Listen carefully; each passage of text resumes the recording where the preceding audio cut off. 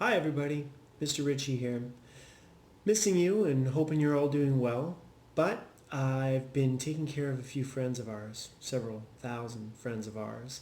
Those worms that we brought into our schools earlier this year have been brought over to my home, and I'm going to just lead you through the process that many of you are familiar with of what we need to do to take care of them. So follow along.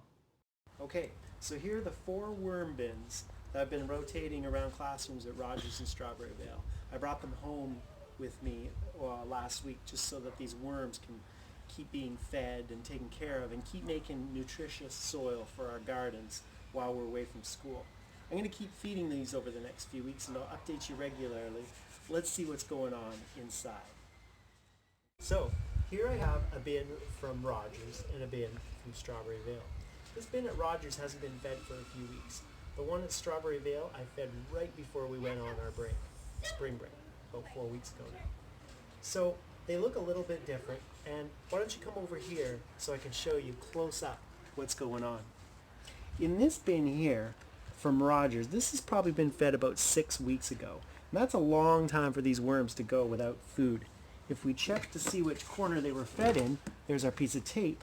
We can pull back here and we can see that there's not really anything going on in there except a bunch of worms wondering where their food went.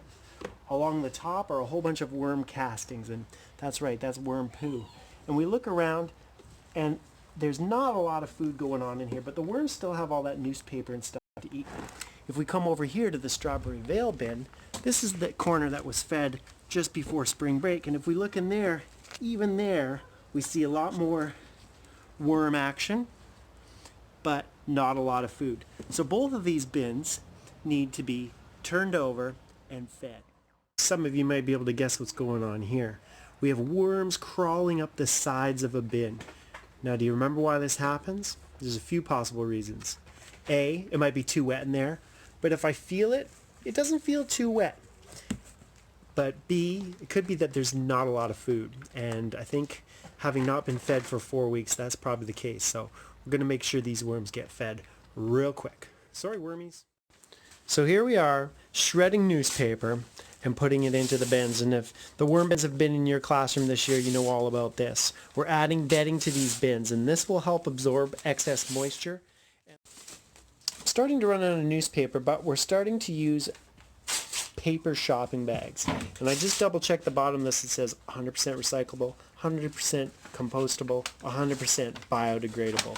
So definitely something the worms are going to enjoy. I'm going to add some of these nice leaves from last autumn, and those will be some additional browns with a little bit of green in there too to add to these bins. So we'll do that, and then we'll stir them all up and feed them. And all the dry stuff in there, we're going to now turn this bin over, and that means really getting your hands right in there, getting them dirty. I'm getting right into the bottom of the bin, and I'm picking up those worm castings, and I'm mixing them in with all these browns. Churning the compost pile needs to happen for a worm bin about every 4 weeks. Okay, so I've got a yogurt container filled with worm-friendly food. That's fruits or vegetables, no meat, no dairy, no orange peels, no onions, no garlic. None of the stuff that worms don't like, all of the stuff that they do like. And like we've been doing in class, and if you've had the worm in your class, maybe this is your favorite part, we're going to process this food up to make it small enough for those tiny worm mouths. First we put this lid on, and then we blend away. A little worm smoothie.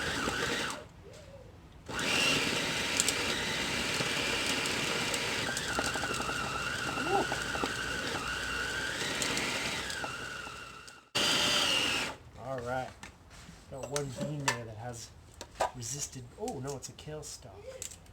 We can chop that up, and there we go, some delicious worm food. And then we bury all that food in one corner of the bin. We put a piece of tape on the corner so we can remember where that food went, because it's going to disappear in a few days after those worms, those hungry worms, start chomping away on it. So I put it there in the corner, and what I'm going to do is I'm going to bury it deep down underneath all of this previously composted material and the browns we just added. That way the fruit flies can't get to it. It's nice and down low in the bin where the worms like to live, because remember, they're sensitive to light. So they stay down at the bottom of the bin. So we put the food where the worms are and where the fruit flies can't get to it and lay their eggs in it. And that's what we do. We put the tape there, we wait a week, and then we'll move the tape to the next corner, and then the next corner, and the next corner, and we'll then, after 4 weeks, turn the bin over again and keep going. All right, that's all. We'll check in with these worms again soon. And that's the latest from our friends, the Red Wigglers. Stay tuned. I'll continue posting updates about the worm bins. Talk to you soon.